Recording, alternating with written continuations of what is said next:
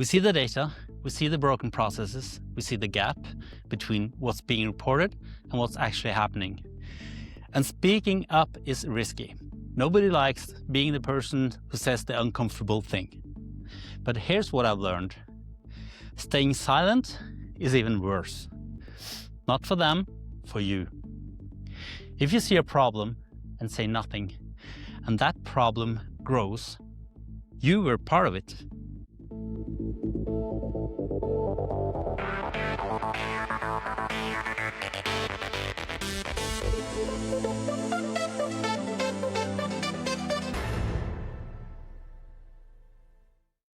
Hi, and welcome back to The Ordinary, Marketing Ops podcast, where we keep it real. I'm Morten, your host, and today I'm outside again. There's something about walking while thinking that works for me. You know, maybe it's the Norwegian air, maybe it's just that some topics deserve to be thought through on your feet. Today's topic is one of them. This is the fourth solo episode of season 1. And if you followed this solo series, we've talked about accidentally ending up in MOps. We've talked about why we're not IT support. We talked about why the boring stuff wins. And now we're ending where I think a lot of the frustration in this profession actually lives.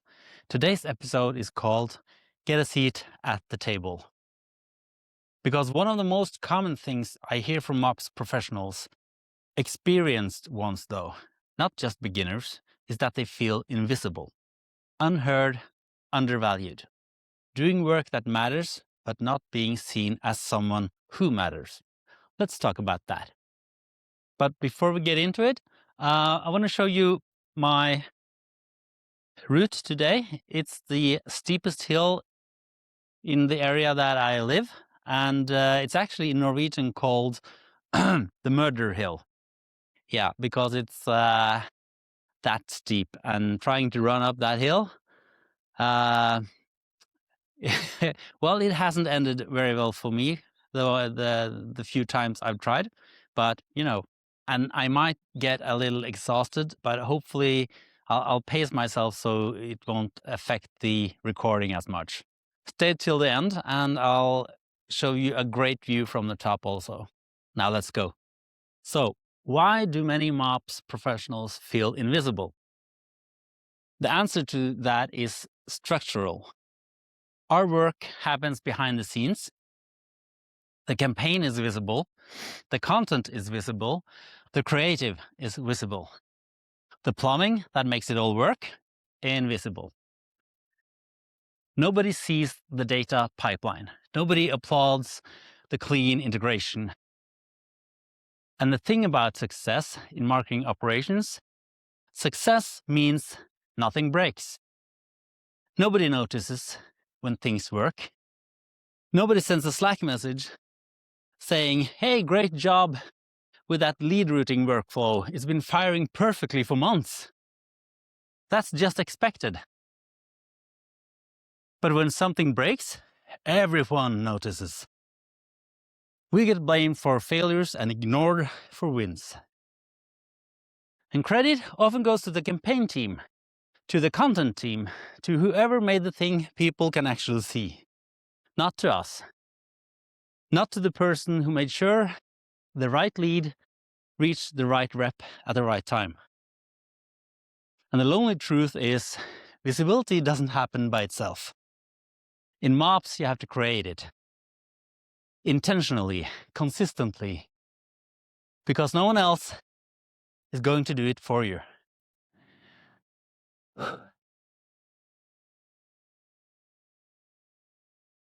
Yeah, it's kind of steep. It's very, very steep.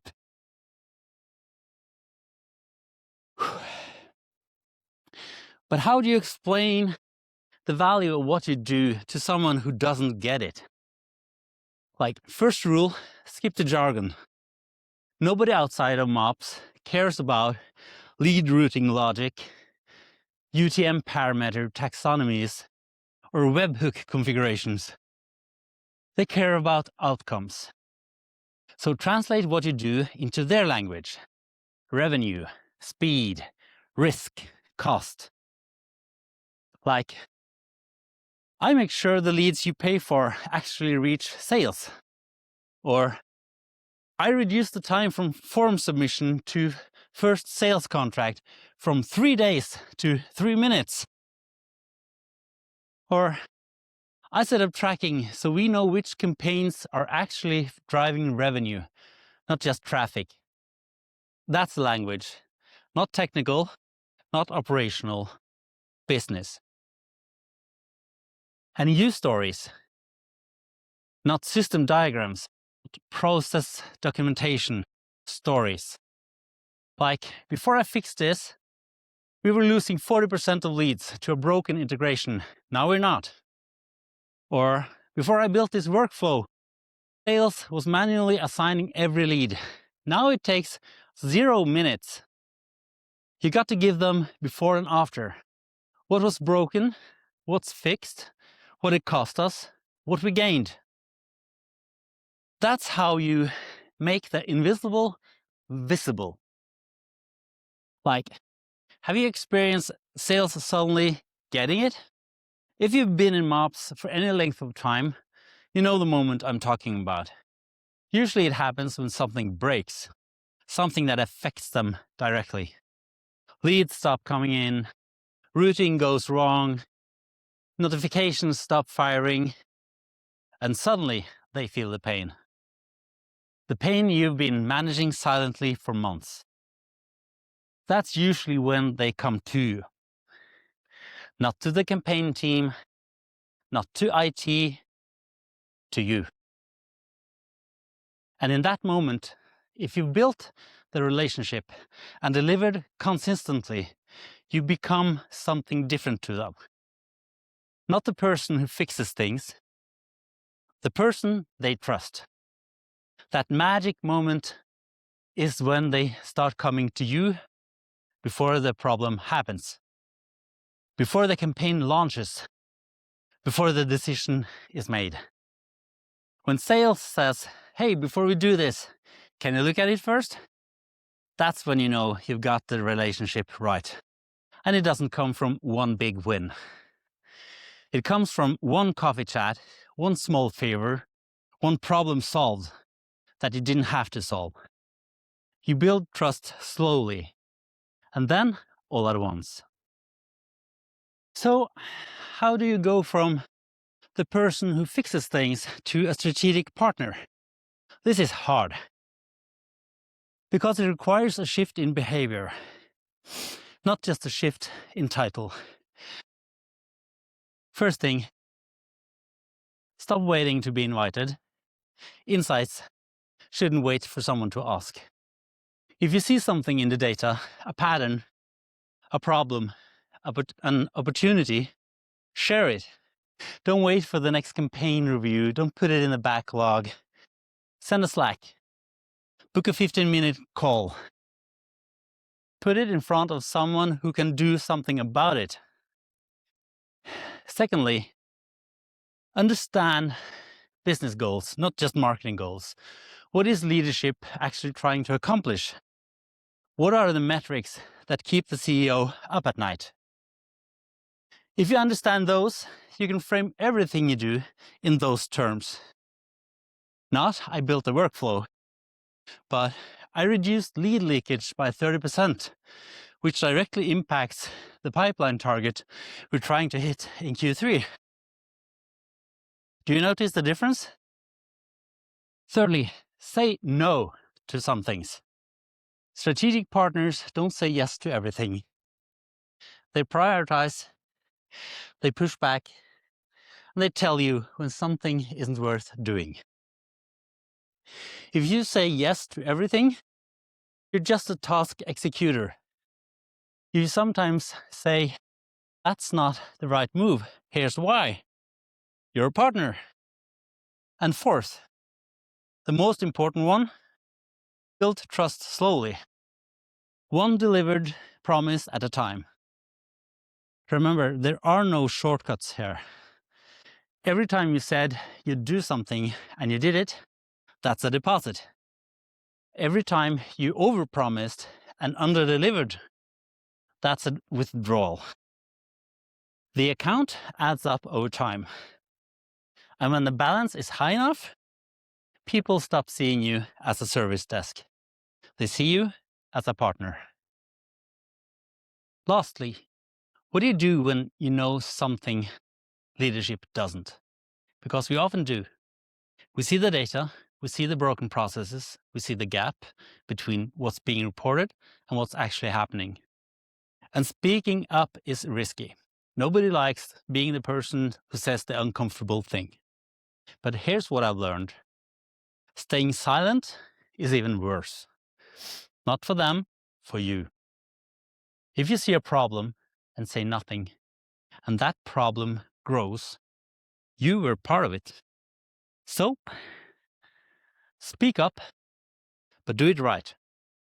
Frame it as an opportunity, not criticism, not this is broken, but I spotted something that's costing us leads, and I think I know how to fix it. Bring solutions, not just problems. And time it well. One-on-one conversations, not in the middle of a big team meeting.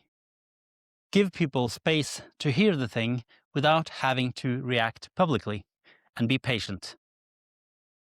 Sometimes the right idea takes time to land. You say it once, it gets quiet.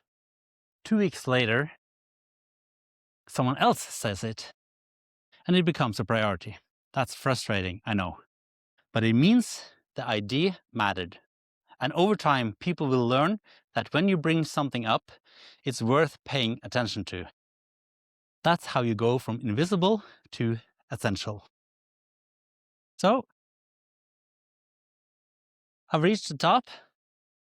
Not quite at the end of the recording, but here, look at this view. Huh? Oops. It's quite astonishing. Over there, I want to show you, this is Trondheim, and behind that hill of trees, that's also Trondheim. It goes way around there. But this is the big Trondheim fjord, and somewhere down at the top there, not farthest out there, that's where I recorded with Niels previously. So yeah, that's it for today. Get a seat at the table. Visibility, translation, relationships, strategic partnership, an uncomfortable voice in the room. This was the last solo episode of season 1 of The Ordinary, and it feels quite significant to me. When I started this series, I wanted to do something different from the usual podcast episodes. Just me walking, talking honestly about what it's actually like to work in marketing operations. No guests, no panel discussions, no polished takes. And if any of it has resonated, if you felt invisible, if you've felt the imposter syndrome, if you've been the only MOps person in the room, then this solo series has been for you. And though this was the last solo episode for the season, do not be afraid. There are still 10 more episodes left in season 1 with guests though. So you have a lot of great guests to look forward to before the summer hits. I will take The Ordinary on a trip to London, and I have a guest coming here to Trondheim to record on the move to the highest point in Trondheim. And it's actually over there. You can't see it, but way over there. That's all I'll say for now. And yes, the solo episodes will be back in season 2. More walks, more honest conversation, more of the real stuff. Until then, keep building, keep learning, and keep being the person who makes it all work. This is The Ordinary. I'm Morten. See you in the next one.